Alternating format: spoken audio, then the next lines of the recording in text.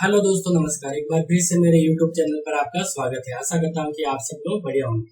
तो आज की क्लास में हम क्या पढ़ने वाले हैं? आज की क्लास में हम शुरू करने वाले हैं राजस्थान का भूगोल, यानी आज से हम स्टार्ट करने वाले हैं राजस्थान की ज्योग्राफी। तो ये हमारी क्या है, पहली क्लास है। तो आज से हम शुरू करने वाले हैं, लेकिन धीरे धीरे हम पूरा राजस्थान का भूगोल पढ़ने वाले हैं और कंप्लीट पढ़ने वाले हैं और बहुत ही शानदार तरीके से पढ़ने वाले हैं। तो देखिए, एक तो हम पढ़ेंगे हम यहाँ पर कंप्यूटर की स्क्रीन पर, और दूसरा हम कहाँ पर पढ़ेंगे? दूसरा हम साथ में पढ़ेंगे यहाँ पर बोर्ड पर। तो हम दो तरह से राजस्थान का भूगोल पढ़ते जाएंगे। तो आज की क्लास हमारी पहली क्लास है। तो आज की क्लास में हम क्या पढ़ने वाले हैं? आज की क्लास में हम पढ़ने वाले हैं राजस्थान की स्थिति एवं विस्तार। आज की क्लास में हम क्या पढ़ने वाले हैं? राजस्थान की स्थिति एवं विस्तार। तो राजस्थान की स्थिति और विस्तार में को शुरू करने से पहले हम सबसे पहले समझ लेते हैं राजस्थान का नामकरण।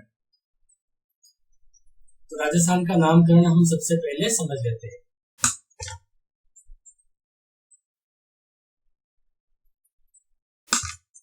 तो देखिए, यहाँ पर बोर्ड पर हम सबसे पहले समझते हैं राजस्थान का नामकरण।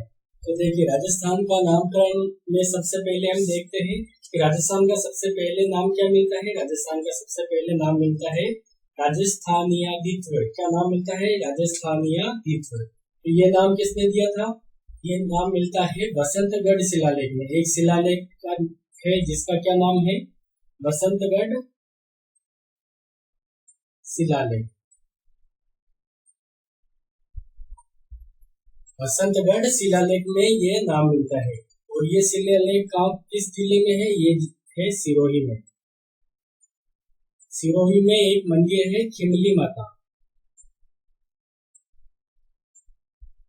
खिमली माता के मंदिर में ये शिलालेख स्थित है। तो इस शिलालेख में क्या नाम मिलता है? राजस्थानियादित्व। ये नाम सबसे पहले मिलता है। इसके बाद देखिए, एक नाम ये देखिए मरुकांतार। ये नाम है मरुकांतार। ये नाम किसने दिया था? ये नाम दिया महर्षि वाल्मीकि। महर्षि वाल्मीकि।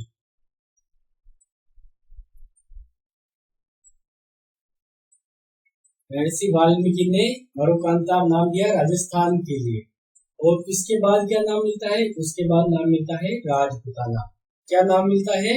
राजपूताना। तो देखिए, राजपूताना जो नाम है, ये नाम किसने दिया था? ये नाम दिया था George Thomas. George Thomas. George Thomas ने ये नाम दिया सन 1800 ईस्वी में। अब देखिए, राजपूताना नाम ये दिया जॉर्ज थॉमस ने। इसके बाद देखिए क्या नाम मिलते हैं? राजस्थान, रजवाड़ा और राजस्थान। क्या नाम मिलते हैं? राजस्थान, रजवाड़ा और राजस्थान। तो देखिए, ये तीनों नाम एक ही व्यक्ति ने दिए। ये तीनों नाम किसने दिए? एक ही व्यक्ति ने दिए। और नाम क्या है? Colonel James Tod. तो कब दिए? 1829 में दिए। ये तीनों नाम एक ही व्यक्ति ने दिए। किसने? कर्नल जेम्स टोड ने। और कब दिए? 1829 में दिए। और इनकी एक बुक थी जिसका नाम है annals and antiquities of Rajasthan. तो उस बुक में ये तीनों नाम मिलते हैं, राजस्थान, रजवाड़ा और राजस्थान। तो देखिए, राजस्थान का ये नामकरण। तो सबसे पहले नाम क्या है? राजस्थानियादित्व। ये बसंतगढ़ शिलालेख में मिलता है। इसके बाद क्या है? मरुकांता। ये महर्षि वाल्मीकि ने नाम दिया। और राजपूताना, ये नाम किसने दिया? जॉर्ज थॉमस ने 1800 ईस्वी में। और इसके बाद राजस्थान, रजवाड़ा और राजस्थान, ये तीनों नाम किसने दिया? कर्नल जेम्स टोड ने। और कब दिए? 1829 में। और इनकी एक बुक है जिसका नाम क्या है? Annals and antiquities of Rajasthan. उसमें ये तीनों नाम मिलते हैं। तो अब आगे चलते हैं।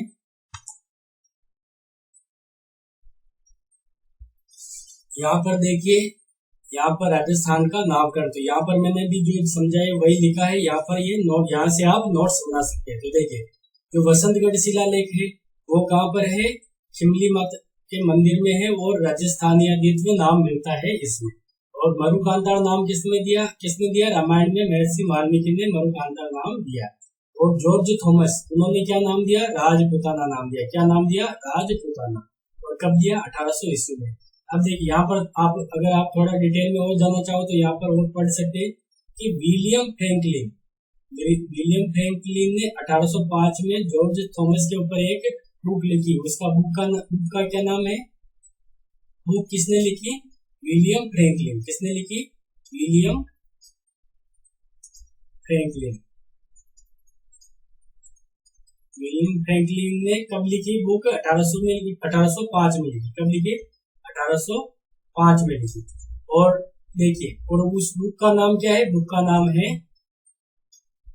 A military memories of George Thomas. A military memories of George Thomas, ये बुक का नाम है। तो ये बुक का नाम भी आप यहाँ से याद रख सकते हैं, a military memories of George Thomas. तो इस बुक में देखिए, विलियम फ्रैंकलिन ने ये जॉर्ज थॉमस पर लिखी। तो इस बुक में उन्होंने बताया कि राजस्थान के लिए सर्वप्रथम राजपूताना कहने वाले विद्वान जॉर्ज थॉमस ही था। तो देखिए, ये यहाँ पर एक साक्ष्य मिल जाता है कि जॉर्ज थॉमस ने राजपूताना शब्द का प्रयोग किया। तो इसका एक ये क्या है? साक्ष्य मिल जाता है यहाँ पर। अब देखिए, ये है annals and antiquities of Rajasthan, जो किसकी बुक है? कर्नल जेम्स टोड की। और कब लिखी? 1829 ईस्वी में लिखी। और यहाँ पर तीन नाम मिलते हैं, राजस्थान, रजवाड़ा और राजस्थान। ये तीनों इसी बुक में मिलते हैं, कर्नल जेम्स टोड की बुक में मिलते हैं। और देखिए, राजस्थान का अर्थ क्या मिलता है? शासकों का निवास। राजस्थान का अर्थ क्या है? शासकों का निवास। शासकों का निवास। और रजवाड़ा, रजवाड़ा है राज्य रजवाड़ों या राजपूतों के कारण यहाँ रजवाड़ा कहा जाता है। मतलब यहाँ पर राजपूतों का शासन था, इसलिए रजवाड़ा कहा जाता है। और राजस्थान भौगोलिक क्षेत्र के लिए कहा गया। तो ये था राजस्थान का क्या था? नामकरण। अब आगे देखते हैं। अब देखिए, अब समझेंगे हम राजस्थान की स्थिति को। क्या समझेंगे? राजस्थान की स्थिति को। तो देखिए, राजस्थान की स्थिति को हम तीन प्रकार से समझेंगे। कितने प्रकार से? तीन प्रकार की। तीन प्रकार से। पहला समझेंगे हम विश्व या ग्लोब के संदर्भ में, दूसरा समझेंगे एशिया के संदर्भ में, और तीसरा समझेंगे हम भारत के संदर्भ में। तो हम तीनों संदर्भ में राजस्थान की स्थिति को हम बोर्ड पर समझते हैं। तो देखिए, सबसे पहले हम क्या समझेंगे? विश्व या ग्लोब के संदर्भ में राजस्थान की स्थिति को समझेंगे। क्या पढ़ रहे हैं हम? राजस्थान की स्थिति को हम समझ रहे हैं। राजस्थान की स्थिति को हम समझ रहे हैं। सबसे पहले हम विश्व या ग्लोब के संदर्भ में समझेंगे। तो देखिए, इसको हम दो प्रकार से समझेंगे। एक तो समझेंगे हम अक्षांश के हिसाब से समझेंगे, और दूसरा हम समझेंगे देशांतर के हिसाब से समझेंगे।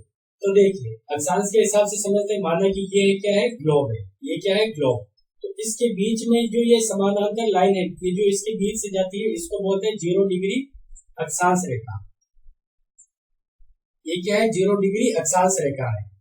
और इसके ऊपर जो गोलार्ध है उसको बोलते हैं कि यहाँ पर दो गोलार्ध बन गए, एक ये गोलार्ध और ये दूसरा गोलार्ध। तो यहाँ पर ऊपर जो है इसको बोलते हैं उत्तरी गोलार्ध, और जो नीचे की साइड में है उसको बोलते हैं दक्षिणी गोलार्ध। दक्षिणी गोलार्ध बोलते हैं इसको। तो देखिए, हमारा जो भारत है, भारत कौन सी जगह पर है? देखिए, भारत है इस जगह पर। विश्व के मानचित्र में भारत है इस जगह पर है। तो देखिए, भारत यहाँ पर है, मतलब राजस्थान यहाँ पर है।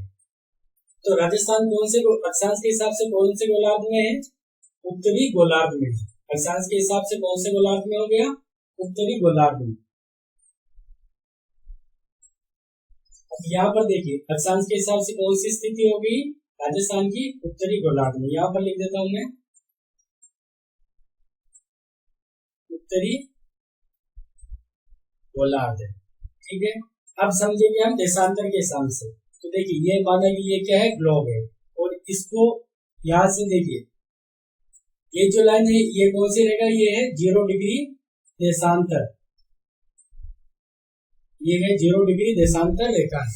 तो देखिए, इसके ऊपर, इसके इस साइड में कौन सी दिशा है? पूर्व। तो यहाँ पर कौन सा गोलार्ध है? पूर्वी गोलार्ध।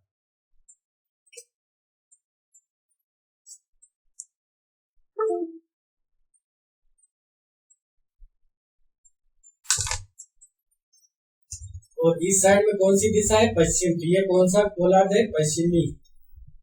पश्चिमी गोलार्ध है। तो देखिए हमारा भारत यहाँ पर है और इसमें भी कौन सी जगह पर? इस जगह पर आएगा, मतलब यहाँ पर ही राजस्थान है। तो कौन से गोलार्ध में है? पूर्वी गोलार्ध में। तो देखिए अक्षांश के हिसाब से कौन से गोलार्ध में है राजस्थान? उत्तरी गोलार्ध में। और देशांतर के हिसाब से पूर्वी गोलार्ध में। उत्तरी पूर्वी गोलार्ध में राजस्थान है विश्व या ग्लोब के हिसाब से। कौन से गोलार्ध में है? उत्तरी पूर्वी गोलार्ध। मैं इसको एक साथ बना करके आपको समझाता हूँ। देखिए ये है 0 डिग्री अक्षांश रेखा और ये है 0 डिग्री देशांतर रेखा। तो देखिए राजस्थान इस जगह पर है। तो यहाँ पर देखिए यहाँ से ऊपर कौन सा गोलार्ध बनता है? इस लाइन से ऊपर उत्तरी गोलार्ध, और इस लाइन से इधर कौन सा बनता है? देशांतर से इस साइड में बनता है पूर्वी गोलार्ध। तो ये पूर्वी गोलार्ध। तो राजस्थान कौन सी गोलार्ध में है? विश्व या ग्लोब के हिसाब से उत्तरी पूर्वी गोलार्ध में। उत्तरी पूर्वी गोलार्ध में स्थित है राजस्थान। तो ये राजस्थान की स्थिति विश्व के संदर्भ में। अब समझते हैं हम एशिया के संदर्भ में।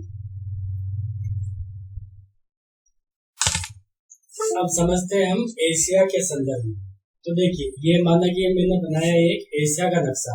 तो देखिए ये एशिया है जिसमें ये यहाँ पर ये कौन सा एरिया है? ये है भारत। तो देखिए यहाँ पर क्या है? यहाँ पर है राजस्थान। तो ये राजस्थान एशिया की कौन सी दिशा में है ये देख लेते हैं। तो देखिए यहाँ पर मैं 4 दिशाएं बना लेता हूँ। यहाँ पर उत्तर है, यहाँ पर दक्षिण, यहाँ पर है पश्चिम और यहाँ पर है पूर्व। तो देखिए उत्तर और पूर्व के बीच में है उत्तर पूर्व दिशा, और यहाँ पर पूर्व और दक्षिण, यहाँ इसके बीच में है दक्षिण पूर्व।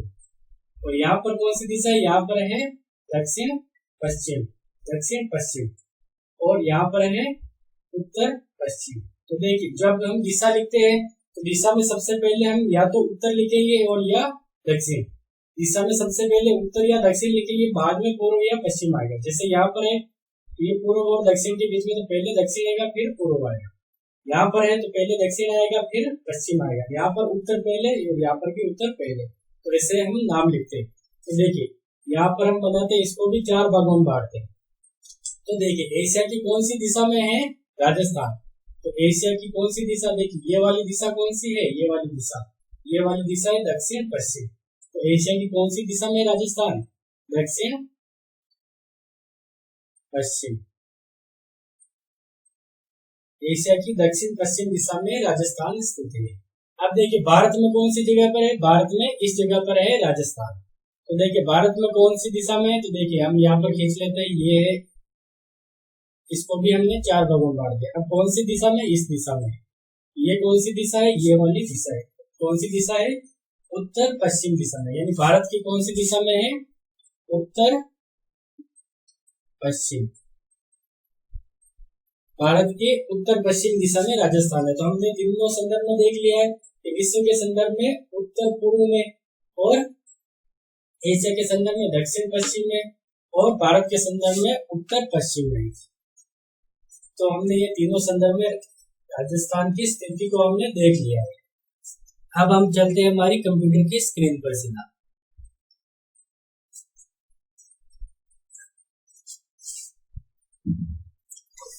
देखिए राजस्थान की स्थिति को हमने तीनों प्रकार से समझ लिया। तो देखिए ये पहले ग्लोब का था। ग्लोब के हिसाब से कौन से गोलार्ध में है? उत्तरी पूर्वी गोलार्ध में हमने पढ़ा, अभी प्रश्न हमने पढ़ा था उत्तरी पूर्वी गोलार्ध में। यहाँ पर देखिए ये मानचित्र है विश्व का, ग्लोब का, और इसमें मैं आपको बताता हूँ। देखिए राजस्थान, भारत कहाँ पर? यहाँ पर है भारत है, यहाँ पर इस जगह पर क्या है? भारत। और देखिए यहाँ पर ये 0 डिग्री अक्षांश रेखा, और ये यहाँ पर इससे ऊपर कौन सा गोलार्ध बनता है? उत्तरी गोलार्ध। और यहाँ पर ये है 0 डिग्री देशांतर रेखा, और इसके पूर्व साइड में कौन सा दिशा बनती है? पूर्वी गोलार्ध। यहाँ पर पूर्वी गोलार्ध, तो ये उत्तरी पूर्वी गोलार्ध में स्थित है भारत और राजस्थान एशिया के। तो ये थी विश्व के संदर्भ में। अब देखिए एशिया के संदर्भ में और यहाँ पर और देख लेते हैं हम। एशिया के संदर्भ में और भारत के संदर्भ में। तो देखिए यहाँ पर है राजस्थान। अब ये एशिया है, इसको 4 भागों में बांटते हैं। तो यहाँ पर हमने एक बीचों बीच लाइन खींची और एक ये लाइन खींची, या थोड़ा नीचे खींच सकते हैं इससे। तो इस दिशा में कौन सा गोलार्ध बनता है? तो देखिए ये है दक्षिण दिशा और ये है पश्चिम दिशा। दक्षिण और पश्चिम के बीच में है तो कौन सी दिशा बनती है? दक्षिण पश्चिम दिशा में है। देखिए दक्षिण पश्चिम दिशा में एशिया में। और भारत के संदर्भ में देखिए यहाँ पर उत्तर पश्चिम दिशा, भारत के संदर्भ में उत्तर पश्चिम। यहाँ पर देखिए ये हमने ये सीधी लाइन खींची और वापस यहाँ से ये हमने सीधी लाइन खींची। अब ये राजस्थान रह गया यहाँ पर। तो कौन सी दिशा में? यहाँ पर दिशा है पश्चिम और यहाँ पर है उत्तर। तो कौन सी दिशा में? उत्तर पश्चिम दिशा में स्थित है राजस्थान। तो तीनों संदर्भ में देख लिया है हमने। अब आगे समझते, आगे देखिए थोड़ा और पढ़ लेते हैं, राजस्थान के बारे में जानकारी देख लेते हैं। अब देखिए राजस्थान भारत का क्षेत्रफल की दृष्टि से सबसे बड़ा राज्य है। राजस्थान भारत का क्षेत्रफल की दृष्टि से, किसकी दृष्टि से? क्षेत्रफल की दृष्टि से सबसे बड़ा राज्य है। और देखिए जो सबसे पहले भारत का सबसे बड़ा राज्य कौन था? मध्य प्रदेश। एमपी सबसे बड़ा राज्य था, लेकिन एमपी से 1 नवंबर 2000 को कौन अलग हो गया? छत्तीसगढ़। कौन अलग हो गया? छत्तीसगढ़। कब हो गया? 1 नवंबर 2000 को अलग हो गया।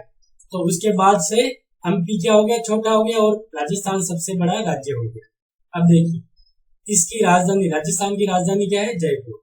और इसे गुलाबी नगरी के नाम से भी जाना जाता है। और राजस्थान का क्षेत्रफल कितना है? क्षेत्रफल है 3,42,239 वर्ग किलोमीटर। 3,42,239 वर्ग किलोमीटर, यह है किलोमीटर में। और अगर मील में हो, मील में चाहिए हो तो देखिए मील में 1,32,139 वर्ग मील। वर्ग मील, ये मील में है। तो देखिए ये राजस्थान का क्षेत्रफल है। अब देखिए हमने देखा क्षेत्रफल की दृष्टि से राजस्थान का स्थान, देखिए क्षेत्रफल की दृष्टि से राजस्थान का स्थान कौन सा है? पहला, यानी भारत में सबसे बड़ा राज्य। लेकिन जनसंख्या की दृष्टि से है 7वां बड़ा राज्य है, यानी 7वां स्थान है जनसंख्या की दृष्टि से। अब देखिए भारत का क्षेत्रफल है उसका कितना प्रतिशत है? राजस्थान है 10.41%। ये कितना है? भारत का 10.41%, यानी 1/10वां भाग है लगभग। अब देखिए भारत की कौन सी दिशा में है? उत्तर पश्चिम दिशा में। अभी हमने पढ़ा था ऊपरी, भारत की कौन सी दिशा में है?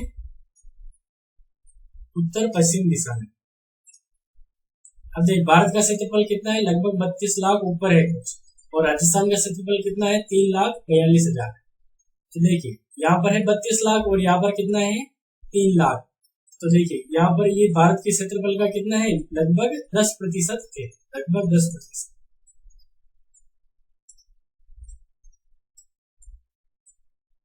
अब देखिए आगे देखते हैं, राजस्थान की जो आकृति है वो किसके समान है? विषम कोणीय चतुर्भुज। किसके समान है? विषम कोणीय चतुर्भुज या पतंग के समान।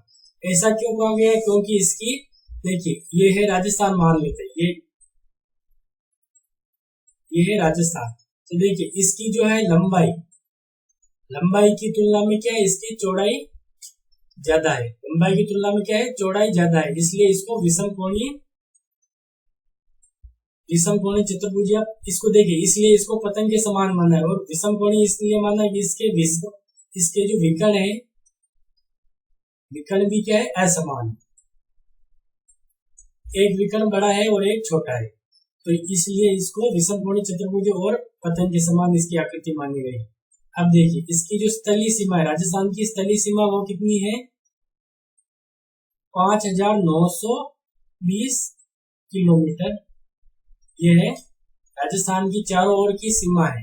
अब देखिए 5,920 किलोमीटर एक है, चारों ओर की सीमा है। तो देखिए ये राजस्थान की सीमा है 5,920 किलोमीटर है। तो देखिए ये चारों ओर की सीमा है। इसमें से अंतरराष्ट्रीय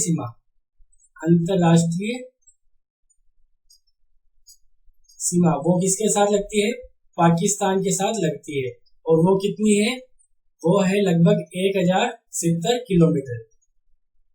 5,920 में से 1,070 किलोमीटर ये होगी। बाकी कौन सी सीमा है? अंतरराज्यीय सीमा, वो भारत के कुल 5 राज्यों के साथ लगती है। तो इसे दोनों को मिलाकर देखिए, यहाँ पर ये जो 5 राज्यों को लगती है वो है अंतरराज्यीय सीमा, वो है 4,850 किलोमीटर।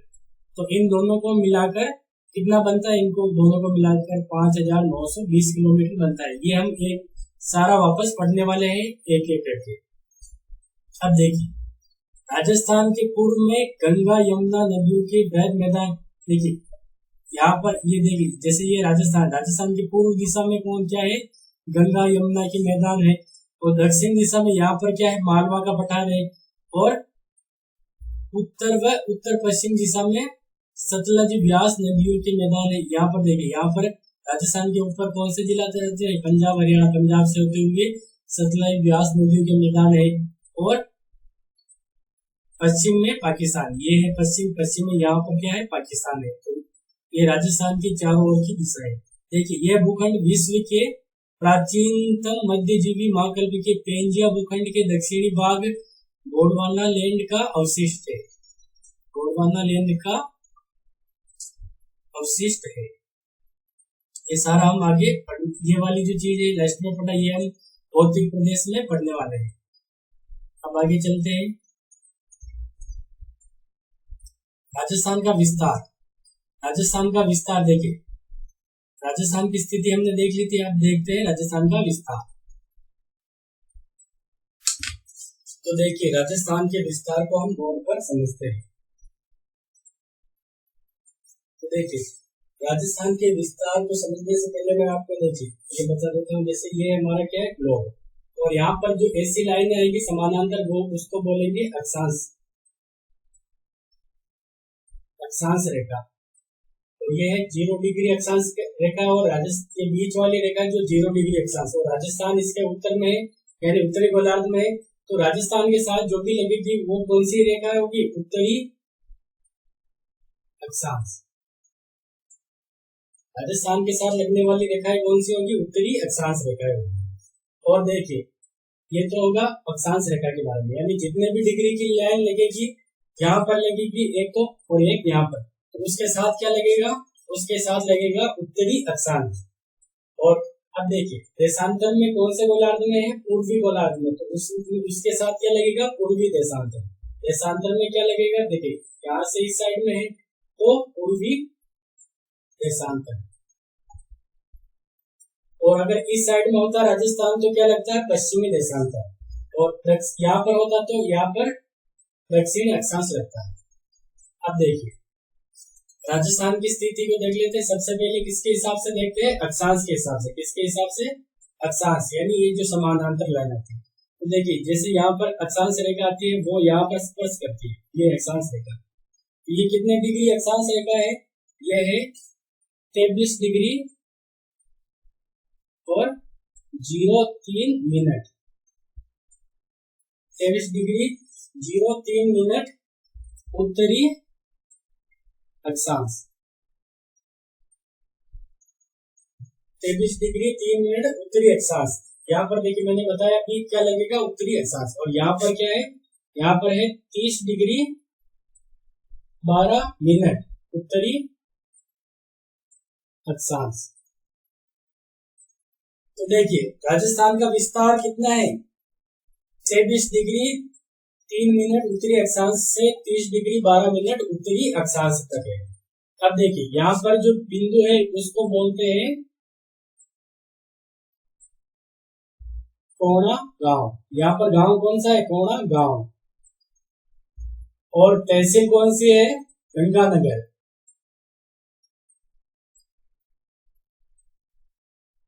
और जिला भी गंगानगर ही है, यानी तहसील और जिला दोनों गंगानगर। देखिए, हम यहाँ पर 4 बिंदु बन रहे हैं, ये उत्तर और ये दक्षिण, ये पश्चिम और ये पूर्व। चारों में हम क्या पढ़ेंगे? सबसे पहले गांव देखेंगे, फिर तहसील देखेंगे और फिर जिला देखेंगे। और अब देखिए, ये दक्षिण वाला बिंदु है। यहाँ पर देखिए, यहाँ पर गांव कौन सा लगता है? यहाँ पर गांव लगता है और कुंड। और कुंड, यहाँ पर गांव कौन सा है? पोरकुंड गांव है और तहसील कौन सी है? तहसील है कुशलगढ़। यहाँ पर कुशलगढ़ तहसील है और जिला कौन सा है? बांसवाड़ा। सबसे उत्तर में गंगानगर जिला है, दक्षिण में कौन सा जिला है? बांसवाड़ा जिला है। अब देखिए, तो देखिए राजस्थान का विस्तार पोरकुंड गांव से कहां तक है? कोड़ा गांव तक, या कोड़ा गांव से बोरकुंड गांव तक। ये राजस्थान का विस्तार है 23 डिग्री 3 मिनट से 30 डिग्री 12 मिनट तक। और इसकी यहां से यहां तक है। देखिए लंबाई कितनी बनती है? ये क्या है? लंबाई। तो लंबाई कितनी है? 826 किलोमीटर। राजस्थान की लंबाई क्या है? 826 किलोमीटर। और देखिए ये जो अक्षांश है, अक्षांश का विस्तार कितना हुआ है ये भी देख लेते हैं। तो देखिए यहाँ यह विस्तार देखते हैं। देखिए 30 डिग्री 12 मिनट और यहाँ पर क्या है? 23 डिग्री और 03 मिनट। अब इसको घटाकर देखते हैं। तो देखिए 12 में से 3 घटाए तो 0 9 मिनट बचे और डिग्री कितना है? यहाँ पर 7 डिग्री। 30 में से 23 घटाए तो 60 डिग्री। तो ये अक्षांशीय विस्तार कितना है कुल? यानी कितने डिग्री का विस्तार है? 60 डिग्री 9 मिनट का विस्तार है। ये था अक्षांशीय विस्तार। अब देखते हैं देशांतरी विस्तार। तो देखिए यहाँ पर है देशांतरी विस्तार के लिए, यहाँ पर देखते हैं यहाँ पर कितने डिग्री का देशांतर लगेगा? यहाँ पर है 69 डिग्री 30 मिनट। 69 डिग्री 30 मिनट और इसके साथ क्या लगाएंगे? पूर्वी देशांतर लगेगा इसके साथ। अब देखिए यहाँ पर क्या है? यहाँ तक विस्तार कितना है? यहाँ पर आता है 78 डिग्री 78 डिग्री और 78 डिग्री और 17 मिनट। 78 डिग्री 17 मिनट यहाँ पर आता है। अब देखिए यहाँ से यहाँ तक कुल लंबाई कितनी हो गई? यहाँ से यहाँ तक लंबाई, यहाँ से यहाँ तक लंबाई है 869 किलोमीटर। अब देखिए ये जो थी इसको बोलते हैं लंबाई और ये है इसको क्या बोलते हैं? इसको बोलते हैं राजस्थान की चौड़ाई। तो चौड़ाई कितनी हो गई? 869 किलोमीटर। अब देखिए लंबाई और चौड़ाई का अंतर कितना है? लंबाई और चौड़ाई का अंतर, लंबाई और चौड़ाई, यानी चौड़ाई ज्यादा है तो चौड़ाई माइनस लंबाई, ये कितना है? तो देखिए 869 में से 826 घटाए तो 43 किलोमीटर। ये अंतर भी याद रखना है, 843 किलोमीटर। तो देखिए ये उत्तर वाले और दक्षिण वाले सारे गांव देख लिए। अब देख लेते हैं यहाँ पर कौन सा गांव है? यहाँ पर है कटरा। यहाँ पर है कटरा गांव। गांव का नाम क्या है? कटरा गांव। और तहसील कौन सी है? सम। और जिला कौन सा है? जैसलमेर। जैसलमेर जिला। तो कटरा गांव, सम तहसील और जैसलमेर जिला है। तो यहाँ पर है सिलावट। सिलावट गांव है और तहसील क्या है? राजा खेड़ा। और जिला कौन सा है? धौलपुर। तो यहां तक हमने देख लिया है। अब देखिए अब इसमें एक चीज क्या रह गई है कि जैसे हमने देखा अक्षांशीय विस्तार हमने देख लिया। तो मैं लिखा देता हूं यहां से मैं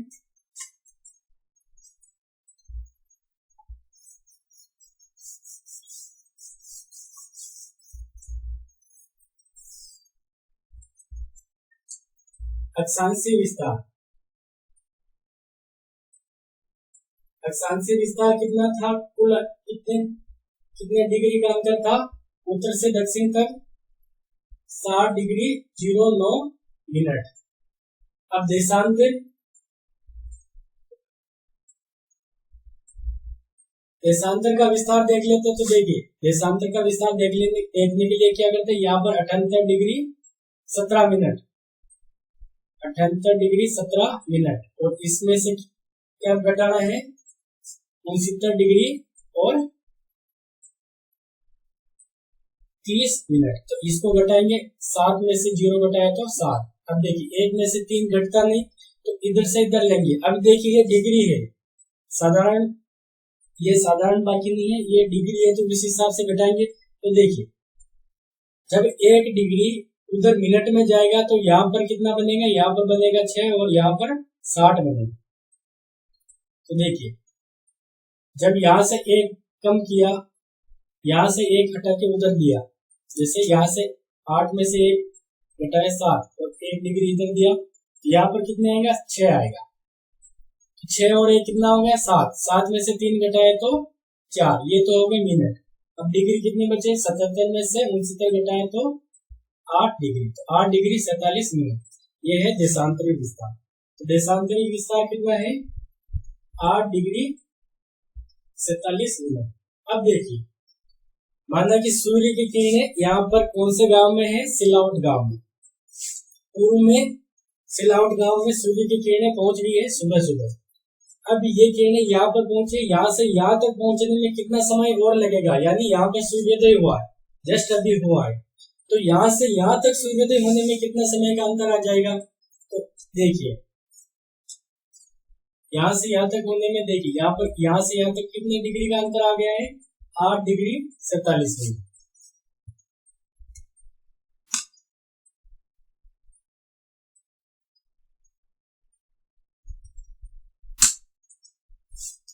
यहाँ से यहाँ तक देखिए, यहाँ से यहाँ तक कितना अंतर है, 8 डिग्री 47 मिनट का अंतर है।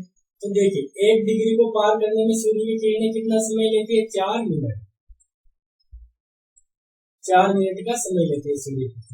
तो देखिए 8 डिग्री 47 मिनट को पार करने में कितना समय लगेगा, तो देखिए इसको गुणा कर लेते हैं, 8 डिग्री 47 मिनट, इसको गुणा कर लेते हैं 4 से।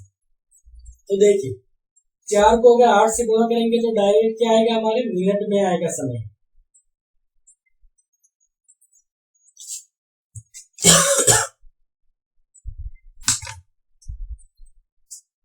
देखिए 4 को अगर 8 से डिग्री से गुणा करेंगे तो मिनट में आएगा, क्योंकि 1 डिग्री को पार करने में 4 मिनट का समय लगता है। और अगर इसको गुणा करेंगे तो इसमें क्या आएगा, समय सेकंड में आएगा, किसमें आएगा, सेकंड में आएगा। तो देखिए 8 को 4 से गुणा करेंगे तो 8 चौके 32, यानी 32, ये कितना हो गया मिनट।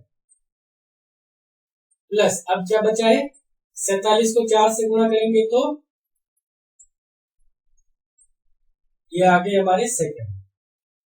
देखिए 188 सेकंड 32 मिनट प्लस 188 सेकंड में कितने मिनट हो गए, 3 मिनट और 8 सेकंड।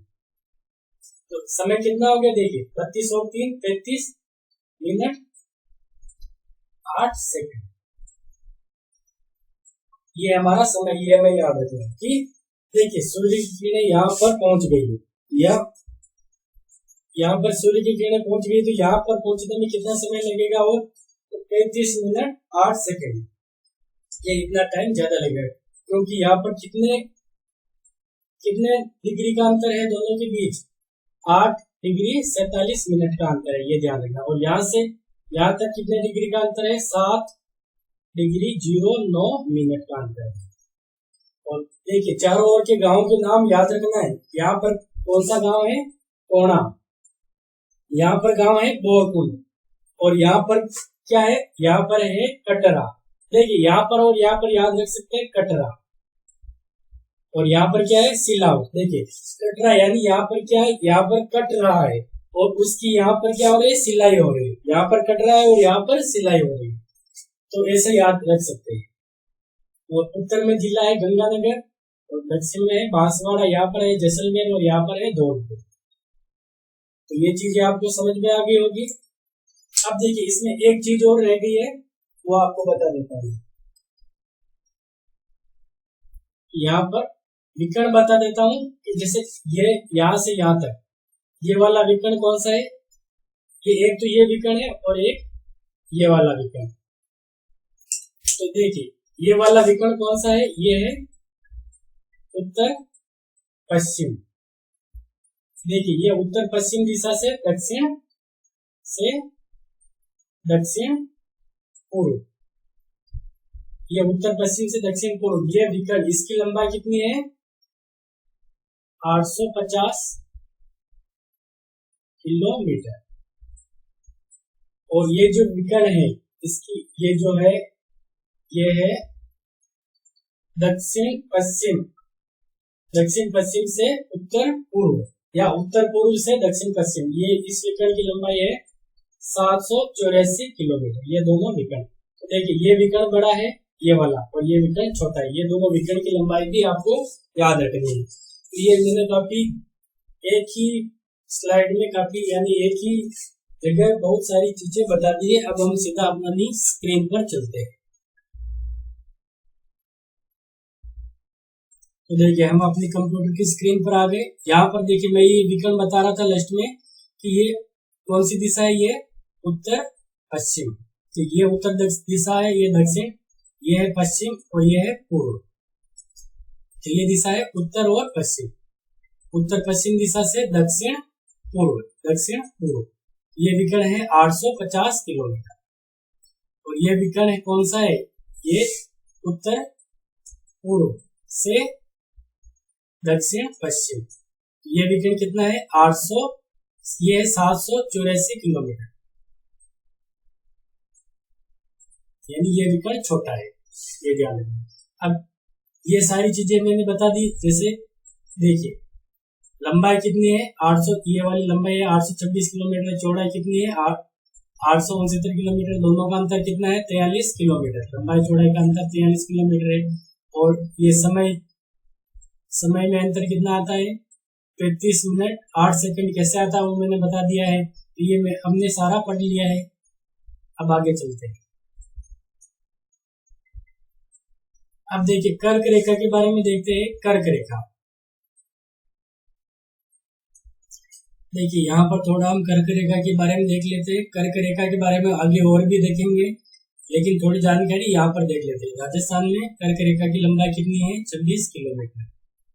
और देखिए यहाँ पर देखिए कर्क रेखा 2 जिलों से गुजरती है, डूंगरपुर